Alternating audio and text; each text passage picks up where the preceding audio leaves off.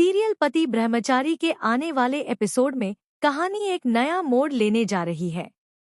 घर पर सब कुछ सामान्य चल रहा होता है, तभी ईशा सबसे पहले गुलाब सिंह से मिलने जाती है। गुलाब सिंह हमेशा की तरह उसे ताना मारते हुए कहता है, इस बार तो तुम जीत गई ईशा, लेकिन याद रखो, कितनी बार तुम उस परिवार को बचा लोगी? एक दिन तुम्हें उस घर को छोड़ना ही होगा। अगर तुम वहीं रहोगी तो हर रोज कोई ना कोई मुसीबत उस घर पर टूट पड़ेगी और तुम्हारे अपने लोग तकलीफ सहते रहेंगे।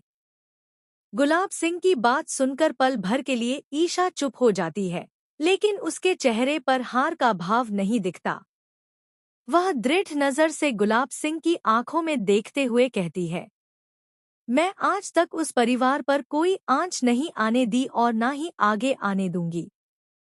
तुम जितनी भी चालें चल लो, मैं हर बार उन्हें मात दूंगी। और सबसे बड़ी बात, अब मैं तुम्हें सबक सिखाकर ही रहूंगी। यह कहकर ईशा वहां से चली आती है, लेकिन उसके मन में एक नया आत्मविश्वास जाग चुका होता है। जब वह घर लौटती है, तो उसे ताई जी का ऐसा रूप देखने को मिलता है जिसकी उसने कभी कल्पना भी नहीं की थी। ताई जी, जो अब तक ईशा को गलत समझती रही थी, अब उसके सामने हाथ जोड़कर खड़ी होती हैं। उनकी आंखों में सच्चा पछतावा और आंसू होते हैं। ताई जी भर्राई आवाज में कहती हैं, ईशा, मुझसे बहुत बड़ी गलती हो गई तुम्हें समझने में। मैं हमेशा तुम्हें गलत मानती रही, तुम्हारे खिलाफ बोलती रही।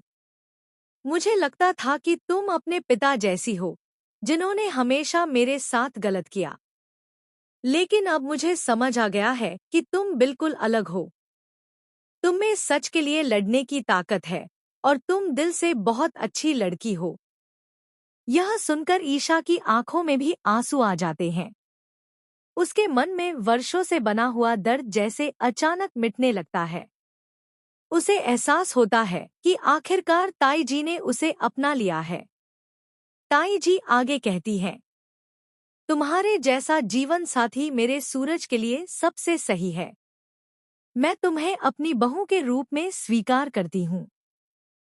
अब तुम सूरज के साथ अपनी जिंदगी की नई शुरुआत करो। मेरा आशीर्वाद हमेशा तुम्हारे साथ है। इतना कहकर ताई जी सूरज को भी बुलाती हैं और कहती हैं, सूरज, अब तुम्हें ईशा को अपनी पत्नी के रूप में स्वीकार करना होगा। तुम्हारा ब्रह्मचारी व्रत अब खत्म होना चाहिए। तुम्हारी जिंदगी को नई रोशनी सिर्फ ईशा ही दे सकती है। लेकिन यहाँ पर बड़ा ट्विस्ट आता है। सूरज शांत स्वर में जवाब देता है, ताई जी, मैं आपकी भावनाओं का सम्मान करता हूँ।